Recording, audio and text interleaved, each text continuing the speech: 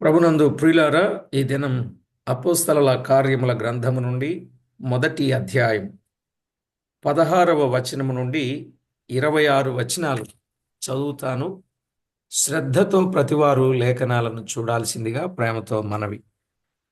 సహోదరులారా, యేసును పట్టుకునిన వారికి త్రోవ చూపిన యోధాను గూర్చి పరిశుద్ధాత్మ దావీదు ద్వారా పూర్వము పలికిన లేఖనము నెరవేరవలసి ఉండెను. అతడు మనలో ఒకడుగా ఎంచబడిన వాడై ఈ పరిచర్యలో పాలు పొందాను. ఈ యూద ద్రోహము వలన సంపాదించిన రూకలనిచ్చి ఒక పొలము కొనెను. అతడు తలక్రిందుగా బడి నడిమికి బద్దలైనందున అతని పేగులన్నీ బయటికి వచ్చెను. ఈ సంగతి యెరూషలేములో కాపురమున్న వారికి అందరికీ తెలియవచ్చెను గనుక వారి భాషలో ఆ పొలము అకెల్దమ అనబడి ఉన్నది. దానికి రక్తభూమి అని అర్థం.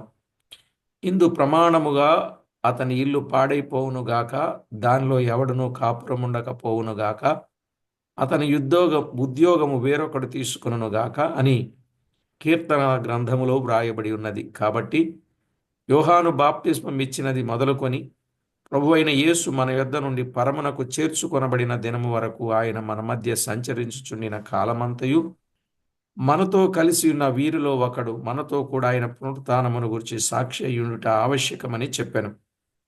అప్పుడు వారు యూస్తు అను మారు పేరు గల బర్సబ్బా అనబడిన యేసేపు, మత్తయి అను ఇద్దరు నిలువబెట్టి ఇట్లని ప్రార్థన చేసిరి. అందరి హృదయములను ఎరిగి ఉన్న ప్రభువా, తన చోటికి పోవుటకు యూదా తప్పిపోయి పోగొట్టుకునిన ఈ పరిచర్యలోను అపోస్తలత్వములోను పాలు పొందుటకు వీరిద్దరిలో నీవు ఏర్పరచుకునిన దాన్ని కనపరచుమనిరి. అంతటా వారు వీరిని గూర్చి చీట్లు వేయగా మత్తయి పేరట చీటీ వచ్చిన గనుక అతడు 11 మంది అపోస్తలులతో కూడా లెక్కింపబడెను. చదవబడిన ఈ లేఖనం కొరకై ప్రార్థన చేసి వాక్యాన్ని ధ్యానం చేద్దాం. ప్రతి ఒక్కరూ కూడా ప్రార్థనలో ఏకీభవించండి. ప్రార్థన చేసుకుందాం.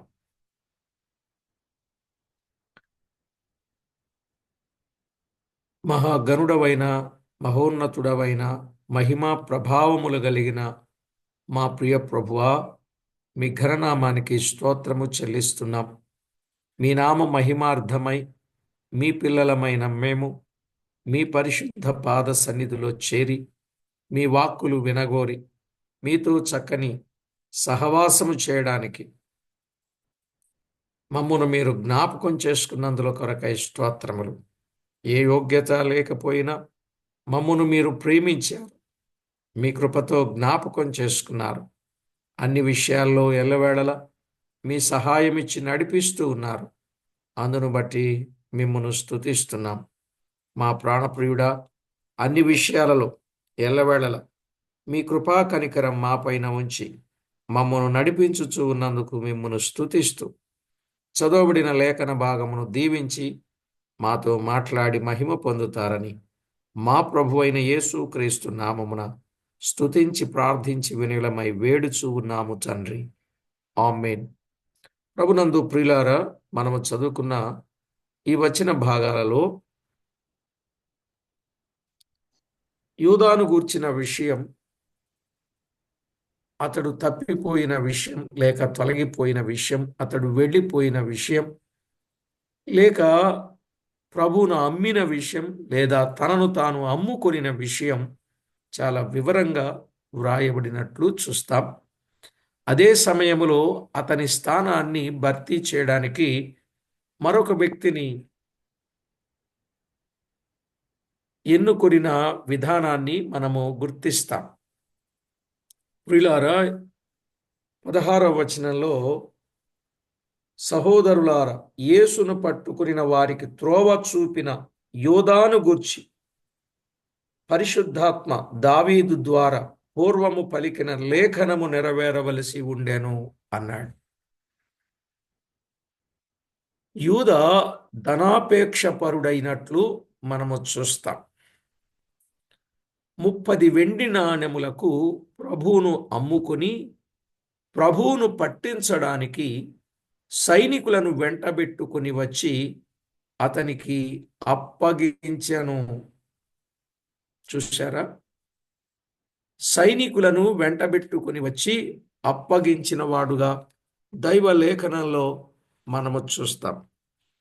మత్తయి రాసిన సువార్తలో 26వ అధ్యాయం,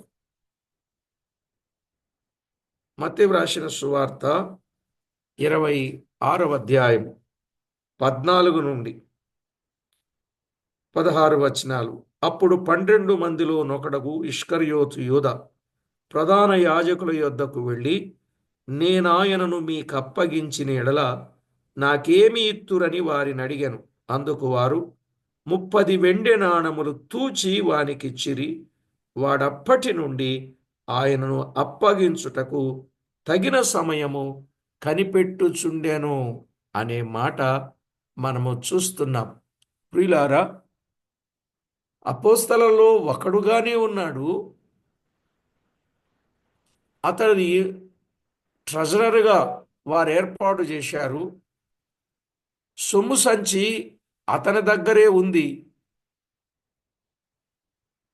సొమ్ము సంచి అతని దగ్గరే ఉంది. అందులో దొంగిలిస్తూనే వస్తున్నాడు. అవన్నీ చాలదన్నట్లు ఆఖరికి యేసు ప్రభువును అప్పగించడానికి, అంటే ధనాపేక్ష అండి ఎంత దూరం వెళ్ళొద్దో చూడండి. ఇది వరకు చెప్పేవారు ధనాపేక్ష, ధనము కొరకైన ఆశ ఎంతటి ఘోరానికైనా వెనుకాడరు అని. అలాగే రాజ్యకాంక్ష, రాజ్య అధికారము గలవారు, వారు కూడా అధికారం కోసం ఎలాంటి చెడ్డ పనులైన దుష్కార్యాలైన చేయడానికి వెనుకాడరు అని ఒక నానుడి ఉంది. నిజమే ప్రియులారా, ఈరోజు డబ్బు కొరకు లోకం దాసోహం. ఈరోజే కాదు, ఆ రోజు కూడా అలాగే ఉన్నట్లుగా మనకు అర్థమవుతుంది. 30 వెండి నాణేలకు అద్భుతాలు ఆయన చేసినప్పుడు చూచాడు, ఆహారం పెట్టినప్పుడు తిన్నాడు, ఆయన ఎవరో బాగా అర్థం చేసుకున్నాడు. ఇన్ని తెలిసి ఇన్ని చూచి కూడా, అంటే కనిన వినిన సంగతులు,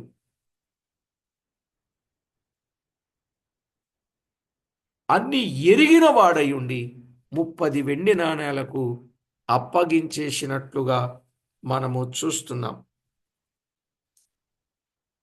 ప్రియులారా, 47 నుండి 50 వచనాలు,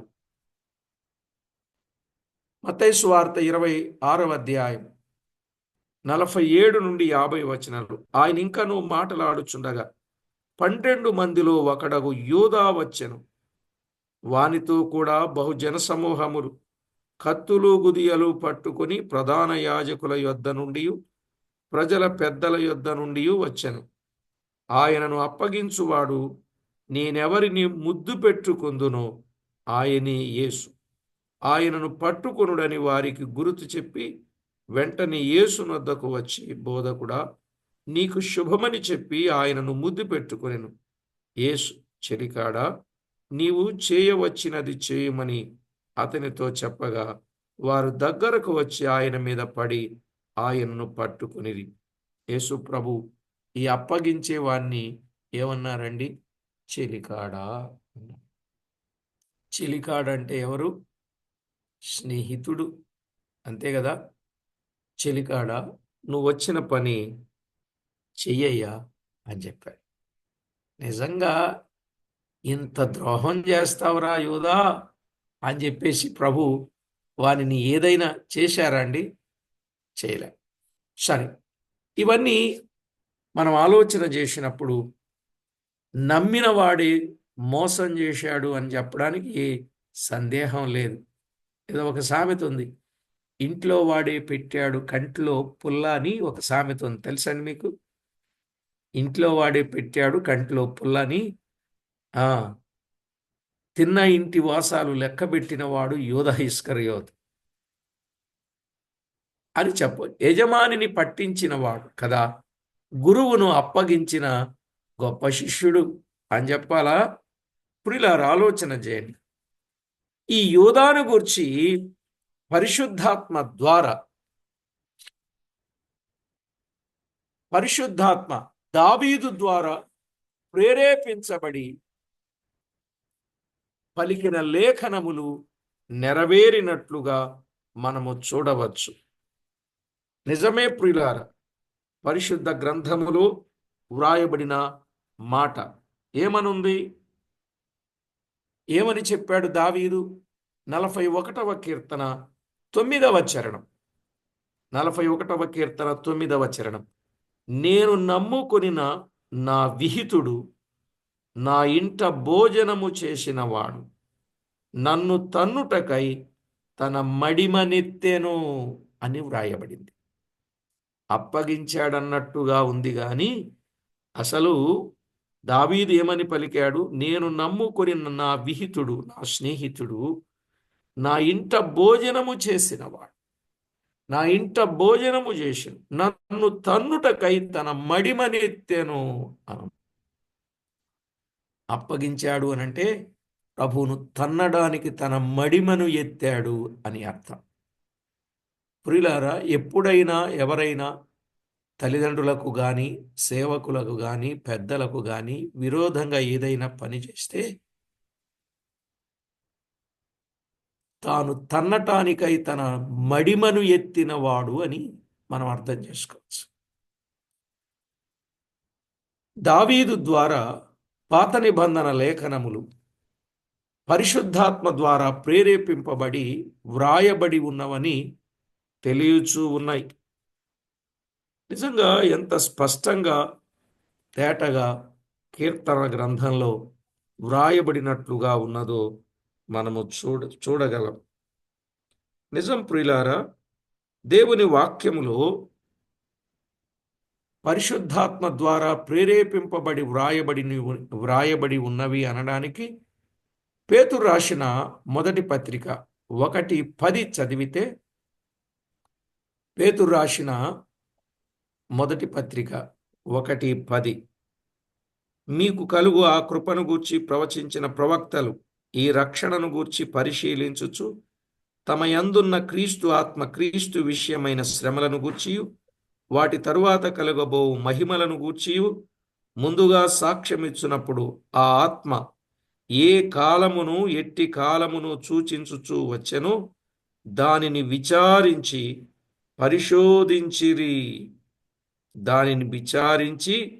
పరిశోధించిరి అని మనం చూస్తున్నాం. ప్రియులారా, దేవుని వాక్యములో వ్రాయబడిన మాటలు లేఖనంలో స్పష్టంగా మనం అర్థం చేసుకోవలసిన సంగతి, పేతురు రాసిన మొదటి పత్రిక 1:20-21, తప్పిదమునకై దెబ్బలు తింటే ఏమి మీకు ఘనం అని చెబుతూ, మేలు చేసి బాధపడినప్పుడు సహించిన ఎడల అది దేవునికి హితం, క్రీస్తు కూడా మీ కొరకు బాధపడి అనే మాటలు ఆ భాగంలో చూస్తాం. అలాగే తిమోతికు రాసిన 2వ పత్రిక 3వ అధ్యాయం 16-17 వచనాలలో దైవభక్తిని గూర్చిన మర్మం గొప్పదై ఉన్నది అని చెప్పి ప్రభువును గూర్చి తెలియజేసిన వాస్తవాన్ని మనం చూడవచ్చు.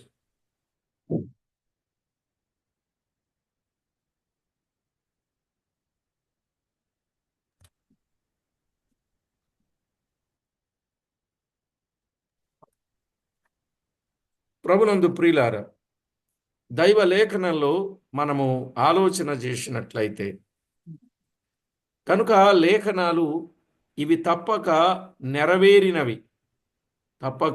నెరవేరినట్లు మనము చూడవచ్చు. 4వ అధ్యాయం 25-26 వచనాలు కూడా మనము చదివితే, 4వ అధ్యాయం 25-26 వచనాలు, అన్యజనులు ఏల అల్లరి చేసిరి, ప్రజలెందుకు వ్యర్థమైన ఆలోచనలు పెట్టుకొనిరి? ప్రభువు మీదను ఆయన క్రీస్తు మీదను భూరాజులు లేచిరి, అధికారులు ఏకముగా కూడుకొనిరి అని నీవు పరిశుద్ధాత్మ ద్వారా మా తండ్రియు నీ సేవకుడునైన దావీదు నోట పలికించితివి. మా తండ్రియు నీ సేవకుడునైన దావీదు నోట పలికించితివి. చూశారా? యేసు ప్రభువును గూర్చిన విషయాన్ని దావీదు పరిశుద్ధాత్మ ద్వారా ప్రేరేపింపబడి తెలియజేసినట్లు చూడవచ్చు. ఇక లూకాసు వార్త 22వ అధ్యాయం 37వ వచనం.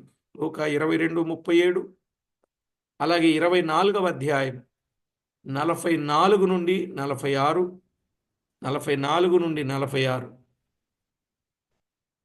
అతడు మనలో ఒకరిగా ఎంచబడిన వాడై ఈ పరిచర్యలో పాలు పొందెను. మనలో ఒకడుగా ఎంచబడిన వాడై. 17వ వచనానికి వద్దాం. అపోస్తల కార్యాలు 1వ అధ్యాయం 17వ వచనం. అతడు మనలో ఒకడుగా ఎంచబడిన వాడై ఈ పరిచర్యలో పాలు పొందెను. అంటే మత్తయి సువార్త 10వ అధ్యాయం 1 నుండి 4 వచనాలు. మత్తయి సువార్త 10వ అధ్యాయం 1 నుండి 4 వచనాలలో అతను 12 మందితో కూడా లెక్కించబడ్డాడండి. 12 మందితో లెక్కించబడిన వాడు. యోహాను సువార్త 6వ అధ్యాయం 71వ వచనం. యోహాను సువార్త 6వ అధ్యాయం 71, అలాగే 13వ అధ్యాయం 25వ వచనం. 13, 25. పరిచర్య అనగా క్రీస్తును గుర్చిన సాక్ష్యమిచ్చు పరిచర్య. పరిచర్య అంటే క్రీస్తును గూర్చి సాక్ష్యమిచ్చు పరిచర్య. 25వ వచనంలో మనం చూస్తాం. 25వ వచనం, అలాగే 20వ అధ్యాయం 24వ వచనం, 21వ అధ్యాయం 19వ వచనం. అయితే అతడు ద్రోహము చేసి ప్రభువును అప్పగించాడు. ఎవరు? యూదా ఇస్కరియోతు. ఇక 18వ వచనములో ఈ యూదా ద్రోహము వలన సంపాదించిన రూకలనిచ్చి ఒక పొలము కొనెను అన్నాడు. ప్రభువును అమ్ముకోవడం ద్రోహమే కదండి. ఎంత ద్రోహం అది. మత్తయి సువార్త 26వ అధ్యాయం 14 నుండి 16 వచనాల్లో యూదా ద్రోహము చేశాడు. ఇస్కరియోతు యూదా యేసు శిష్యులతో ఒకరిగా ఉండి ప్రభువును అప్పగించడమే ద్రోహం కదా. తరువాత అతడు ఆ సొమ్మును దేవాలయములో పారవేసి అతడు ఉరిపెట్టుకొనెను అనే మాట చూస్తున్నాం. ప్రధాన యాజకులు ఏం చేశారంటే ఆ సొమ్ము తీసుకుని వెళ్ళి పరదేశులను పాతిపెట్టుటకు కుమ్మరివాని పొలాన్ని కొన్నారు. అయితే అతడు పెట్టుకున్న ఉరిత్రాడు తెగినది కాబోలు. అతడు తలక్రిందులుగా పడి నడిమికి బద్దలై ప్రేగులు బయటకొచ్చాయి. జకర్యా గ్రంథం 11వ అధ్యాయం 12, 13 వచనాలు. జకర్యా గ్రంథం 11వ అధ్యాయం 12, 13 వచనాలు. మత్తయి రాసిన సువార్త 27వ అధ్యాయం 8, 9 వచనాలు. ఈ సంగతి యెరూషలేములోనున్న వారికి అందరికీ తెలియను. వారి భాషలో అకెల్దమ అనబడినది దానికి రక్తభూమి అని అర్థం. ఆ పొలాన్ని కొన్నారు, దానికి కుమ్మరివాని పొలాన్ని కొని రక్తభూమి అని పేరు పెట్టారు. ప్రియులారా, ఇక్కడ ఒక మాట. నిజంగా అప్పగించిన వాడు ప్రభు దగ్గరకు వచ్చి, వా పొరపాటును నిన్ను అప్పగించానని ఉరిపెట్టుకోకుండా వచ్చి కాళ్ళ మీద పడినట్లయితే ప్రభు అతన్ని కూడా క్షమించేవాడేమో కదండి. అంతటి క్షమాగుణము కలిగిన వాడు.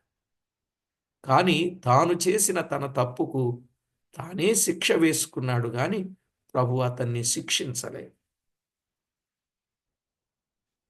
చేతులారా తన ప్రాణాన్ని తాను అప్పగించుకున్నాడు. నిజమే, మంచివారికి ఎప్పుడైనా కీడు చేస్తే ఆ కీడు తప్పనిసరిగా తాను అనుభవించాల్సిందే. ప్రియులారా, 19వ వచనంలో అన్నాడు, ఈ సంగతి యెరూషలేములో కాపురమున్న వారందరికీ తెలుసు అన్నారు. ఆ చివరి భాగములో 20వ వచనంలో అతని ఇల్లు పాడైపోవునుగాక, అతని ఇల్లు పాడైపోవునుగాక, దానిలో ఎవడునూ కాపురం ఉండకపోవునుగాక, అతని ఉద్యోగము వేరొకడు తీసుకొనుగాక అని వ్రాయబడింది. 20వ వచనం. ఇల్లు పాడైపోతుంది, ఎవడునూ కాపురం ఉండకపోతాడు, ఉద్యోగము వేరొకడు తీసుకుంటాడని కీర్తనల గ్రంథంలో చెప్పాడు. ఎక్కడ? 69వ కీర్తన 25లో. 69, 25, 109, 8. 65, 20, 69, 25 కీర్తన, 109, 8. అతని స్థానములో మరి ఒకని చేర్చుట తగిన 3 అర్హతలు. అతని స్థానములో చేర్చాలంటే తగిన 3 అర్హతలు ఉండాలి. 1, యోహాను బాప్తిస్మం ఇచ్చినది మొదలుకొని సహవాసము కలిగి ఉండుట. చాలా ఇంపార్టెంట్ అండి ఇవి. అపోస్తలులు అనబడిన వారు ఎవరు అనంటే, యోహాను బాప్తిస్మం ఇచ్చినది మొదలుకొని సహవాసము కలిగి ఉండుట. 2, అపోస్తలులతో కలిసి యేసు పరమునకు చేర్చుకుని వరకు సహవాసము కలిగి ఉండుట. అపోస్తలులతో కలిసి యేసు పరమునకు చేర్చుకొను వరకు సహవాసము కలిగి ఉండుట. 3, ఆయన పునరుత్థానమునకు సాక్షి అయ్యుండుట. ఈ 3 సంగతులు జరిగితే వారిని అపోస్తలులు అని లెక్క పెట్టవచ్చు. ఇక 21, 22, 23 వచనాలలో మనము ఆ సంగతులు గమనిస్తాం. 21, 22. 21, 22. ఈ వరుసను బట్టి మనం ఆలోచన చేస్తే అక్కడే చెప్పాడు, బాప్తిస్మం ఇచ్చినది మొదలుకొని ప్రభు అయిన యేసు నొద్ద నుండి పరమునకు చేర్చుకున్న దినం వరకు ఆయన మన మధ్య సంచరించుచున్న కాలమంతయు మనతో కలిసి ఉన్న వీరిలో ఒకడు మనతో కూడా ఆయన పునరుత్థానమును గురించి సాక్షి అయినట ఆవశ్యకమని చెప్పాడు. ఇక్కడ 3 విషయాలు మనం గమనిస్తున్నాం. సొంతంగా చెప్పిన మాటలు కాదు. అపోస్తలుడుగా లెక్కింపబడాలంటే ఇక్కడ 21, 22 వచనాలలో ఉన్న వాస్తవికతను మనము గుర్తించాలి. రైట్. ఇలాగు చూడగా 120 మందిలో 2 మాత్రమే అట్టి గుణములుండెనని వారు గ్రహించారు. 120 మందిలో ఎంతమంది ఉన్నారు ఇలాంటి లక్షణాలు ఉన్నవాళ్ళు? 2. ఎవరు? బర్సబ్బా మరియు మత్తీయ. బర్సబ్బా, మత్తయ్య. ఏమండి, బర్సబ్బా వేరు, బరబ్బా వేరు, బర్నబా వేరు. బర్సబ్బా, బరబ్బా, బర్నబా. అలాగే యోనా, యోనాతాను, నాతాను, సాతాను వేరండి. అర్థమైందా? యోనా, యోనాతాను, నాతాను, సాతాను వేరండి. కలిపేసి మాట్లాడకండి ఎప్పుడైనా. చాలా వివరం అవసరం. వివరం అనేది చాలా అవసరం. సరే, ఈ గుణములు 2కే ఉన్నాయి. వారు యూస్తను మారు పేరు గల బర్సబ్బా అనబడిన యేసేపు. రెండవదిగా మత్తయి వారిద్దరిని నిలువబెట్టిరి. 23వ వచనంలో వారి నిమిత్తము ప్రార్థన చేసి ఉండిరి అని మనం చూస్తాం. వారిద్దరిని నిలువబెట్టి వారు ప్రార్థన చేశారు. 24 ప్రతి సమస్యకు పరిష్కారం ఏదంటే ప్రార్థన. అర్థమైందండి? ప్రతి సమస్యకు పరిష్కారం ప్రార్థనే. తరువాత వారి అపోస్తలుల సంఘస్థులు అపోస్తలులు సంఘస్థులు ప్రార్థన చేసి కొన్ని కార్యములు చేసినట్లు చూడగలం. అపోస్తలులు సంఘస్థులు అంటే ఇంకప్పటికి సంఘం ఏర్పడలేదు కదా అనే కదా మీ అభిప్రాయం? 2వ అధ్యాయంలో కదా సంఘ స్థాపన జరిగింది. కానీ దానికి తేటైన సంగతులు ముందు వర్తమానంలో చెప్పాను. గుర్తుంది కదండి? ఆ కారణాన్ని బట్టి ఆ విధమైన మాట మనము చెప్పాల్సి వచ్చింది. 6వ అధ్యాయం 6వ వచనం.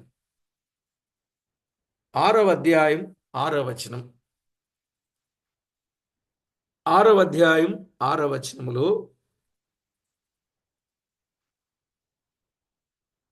వారిని అపోస్తలుల ఎదుట నిలువబెట్టిరి. వీరు ప్రార్థన చేసి వారి మీద చేతులుంచిరి.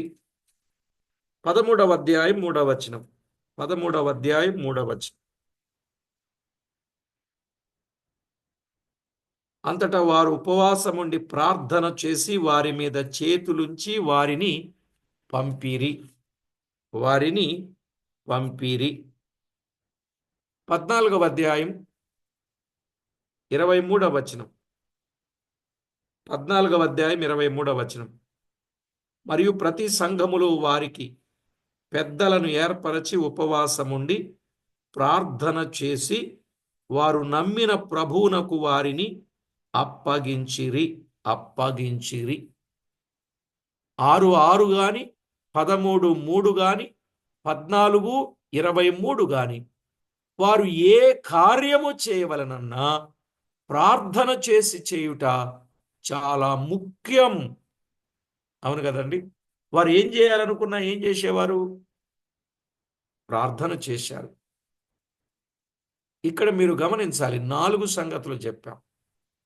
1, అపోస్తలులలో ఒకరుగా ఏర్పాటు చేయడానికి ప్రార్థన అవసరమైంది. 2వది 6వ అధ్యాయం 6వ వచనములో మనము గమనించినప్పుడు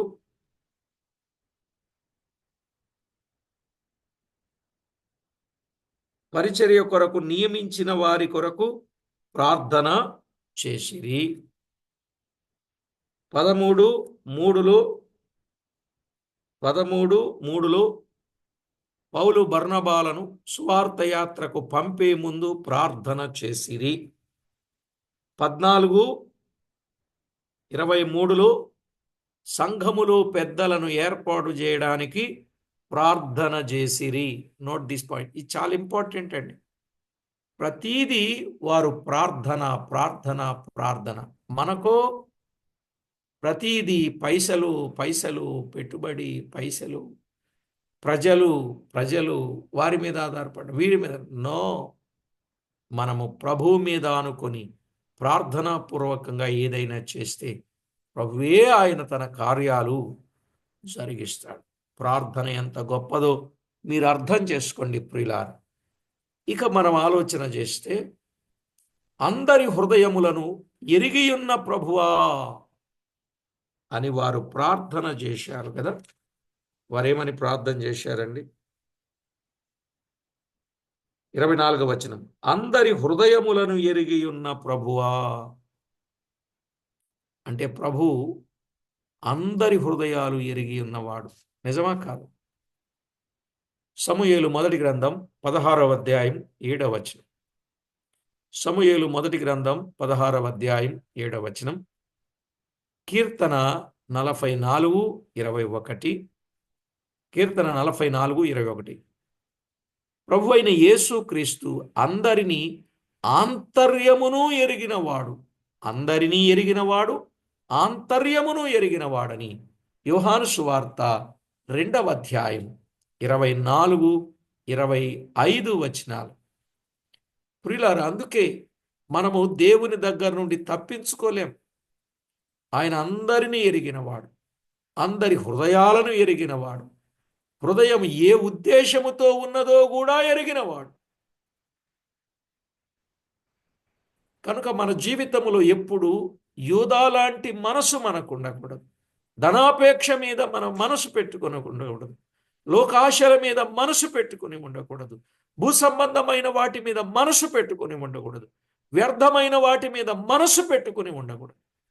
అర్థమైందండి? మన మనసెరిగిన వాడు. పాట కూడా పాడుతూ ఉంటారు కదా, మనసెరిగిన మహనీయుడా. ఆయన మనసు ఎరిగినవాడు, ఆంతర్యమును ఎరిగినవాడు, అందరి హృదయాలను ఎరిగినవాడు.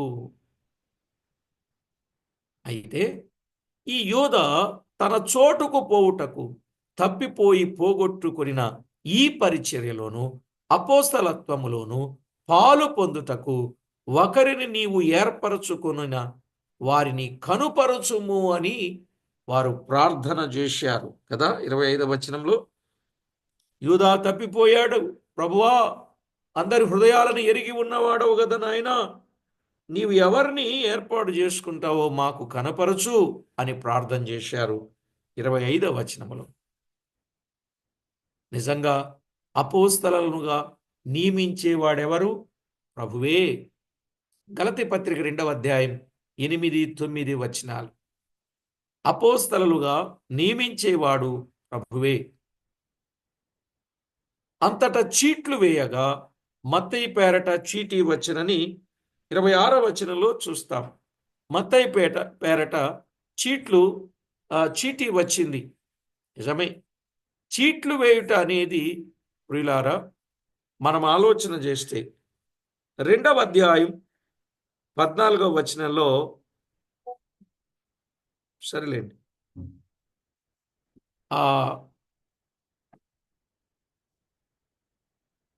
6వ అధ్యాయం 2వ వచనంలో వారు ఆ పని చేసినట్లుగా మనము చూస్తాం. సరే, ఏదేమైనా చీట్లలో కూడా సమస్య పరిష్కారమైనట్లుగా మనము చూస్తాం. సామెతల గ్రంథం 16వ అధ్యాయం 33వ వచనం. సామెతల గ్రంథం 16వ అధ్యాయం 33వ వచనం. చీట్లు వడిలో వేయబడును, వాటి వలన తీర్పు యెహోవా వశం అనుంది. చీట్లు వడిలో వేయబడును, వాటి వలన తీర్పు యెహోవా వశం. చీట్లు వేయుట అనేది ఇది పాత నిబంధన పద్ధతి. చీట్లు వేసే పని ఇది పాత నిబంధన పద్ధతి అండి. పాత నిబంధనలో చీట్లు వేసేవారు. ఆ పద్ధతి వారిక్కడ ఉపయోగించినట్లుగా మనము చూస్తున్నాం. ఎందుకంటే లేఖనాలను ఇంకా బలపరచి, స్థిరపరచి, పటిష్టము చేసిన దాఖలాలు ఇంకా లేవు. రాతలు పూర్తవుతా వస్తున్నాయి. కాబట్టి పాత నిబంధన పద్ధతిని వారు అనుసరించినట్లుగా మనము చూడవచ్చు. లేవియాకాండం 16వ అధ్యాయం 8వ వచనం. లేవియాకాండం 16వ అధ్యాయం 8వ వచనంలో, అప్పుడు అహరోను యెహోవా పేరట ఒక చీటీని, విడిచిపెట్టే మేక పేరట ఒక చీటీని, ఆ 2 మేకల మీద 2 చీట్లు వేయవలెను. ఏ మేక మీద యెహోవా పేరట చీటీ పడునో ఆ మేకను అహరోను తీసుకొని వచ్చి పాప పరిహారార్థ బలిగా అర్పింపవలెను. ఇది పాత నిబంధన పద్ధతి, చీట్లు. ఇప్పుడు చీట్ల పద్ధతి లేదులేండి, పాత నిబంధన పద్ధతి. యెహోషువ గ్రంథం 18వ అధ్యాయం 6వ వచనం, 8వ వచనం, 10వ వచనం. యెహోషువ గ్రంథం 18వ అధ్యాయం 6వ వచనం, 8వ వచనం, 10వ వచనం. అలాగే సమూయేలు మొదటి గ్రంథం 14వ అధ్యాయం 47వ వచనం. 14వ అధ్యాయం 47వ వచనం. ఈ వచనాలన్నీ మనం చూచినప్పుడు పాత నిబంధనలో ఈ చీట్ల పద్ధతి ఉన్నది. క్రొత్త నిబంధనలో ఇదే ఆఖరిసారి. ఏది? మత్తయి పేరట చీట్లు వేయడం ఇదే ఆఖరిసారి. ఎందుకంటే ఇక చీట్లు వేసే పద్ధతి లేదు. ఇక 2వ అధ్యాయములో పరిశుద్ధాత్మ దిగి వచ్చుట చూస్తాం. పరిశుద్ధాత్మ వచ్చాక చీట్లు వేయి పద్ధతి ఆగిపోయిందండి. బైబిల్లో చీట్లు వేశారు కాబట్టి ఇప్పుడు కూడా మనం చీట్లు వేద్దామని ఆ పద్ధతిని పాటించారనుకోండి, ఇప్పుడు క్రమం అవుతుందా? కనుక కొన్ని మనం గమనించాలి. ఎందుకంటే ఇప్పుడు పనివానిని నియమించువాడు పిలుచువాడు ఎవరు? పరిశుద్ధాత్మయే. పనివారిని నియమించి పిలిచేవాడు, పంపేవాడు, ప్రోత్సహించేవాడు పరిశుద్ధాత్మయే. అపోస్తల కార్యాలు 13వ అధ్యాయం 2 నుండి 4 వచనాలు చూడొచ్చు. అపోస్తల కార్యాలు 13వ అధ్యాయం 2 నుండి 4 వచనాలు.